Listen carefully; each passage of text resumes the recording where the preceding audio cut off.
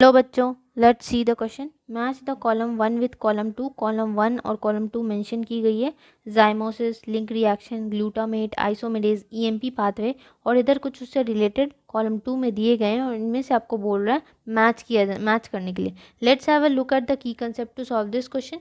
की कंसेप्ट क्या होगा इस क्वेश्चन को सॉल्व करने के लिए? द एरोबिक और एनएरोबिक रिएक्शंस जो होते हैं, सेलुलर रेस्पिरेशन के जो सारे प्रोसेस है वो इन्वॉल्व होंगे। सेलुलर रेस्पिरेशन में आपका कुछ क्या क्या है, कौन कौन से प्रोसेस आते हैं? ग्लाइकोलाइसिस आएगा, ग्लाइकोलाइसिस को ही ईएमपी पाथवे भी बोलते हैं। जिस साइंटिस्ट के नाम पे इसको डिस्कवर किया गया उस पर बेस्ड है, इसीलिए इसको ईएमपी पाथवे भी बोलते हैं ग्लाइकोलाइसिस को। और दूसरा लिंक रिएक्शन, इस प्रोसेस में लिंक रिएक्शन भी आते हैं। और क्या आता है? ग्लाइकोलाइसिस आएगा, लिंक रिएक्शन आएगा, क्रेब्स साइकिल आएगा, और ऑक्सीडेटिव फॉस्फोराइलेशन या इलेक्ट्रॉन ट्रांसपोर्ट चेन भी बोल सकते हो, ETS, electron transport chain is also involve.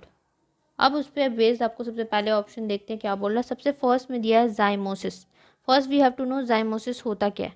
तो जाइमोसिस जो है एक तरह का प्रोसेस है जिसमें ब्रेक डाउन करते हैं ऑर्गेनिक सब्सटेंस का सिंपलर सब्सटेंस में। Zymosis, process of break down of organic substance into simpler substance. Break down किस तरह से? ब्रेक डाउन जैसे फॉर्मेंटेशन में ब्रेक डाउन सिमिलर टू किस तरह से? Fermentation, similar to fermentation. तो ए का आपका क्या हो जाएगा? ए का 2 हो जाएगा, ए का 2 हो जाएगा फॉर्मेंटेशन।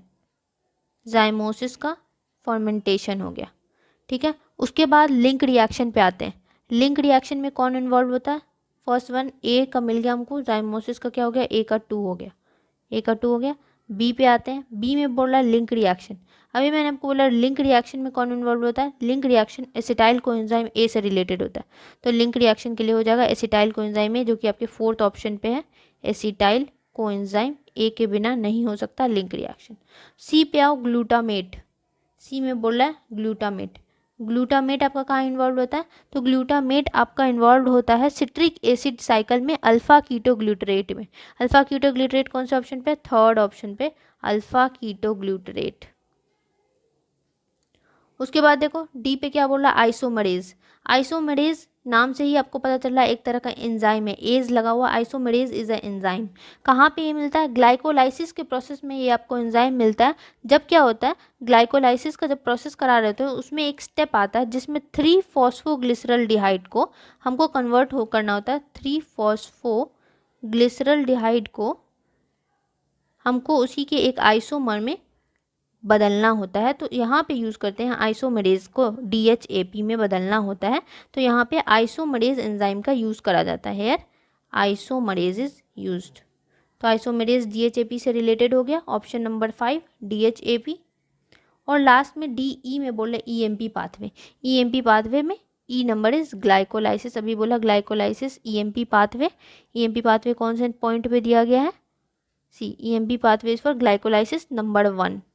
तो सबसे पहला जाइमोसिस के लिए क्या हो गया आपका? फर्मेंटेशन हो गया। लिंक रिएक्शन के लिए आपका क्या हो गया?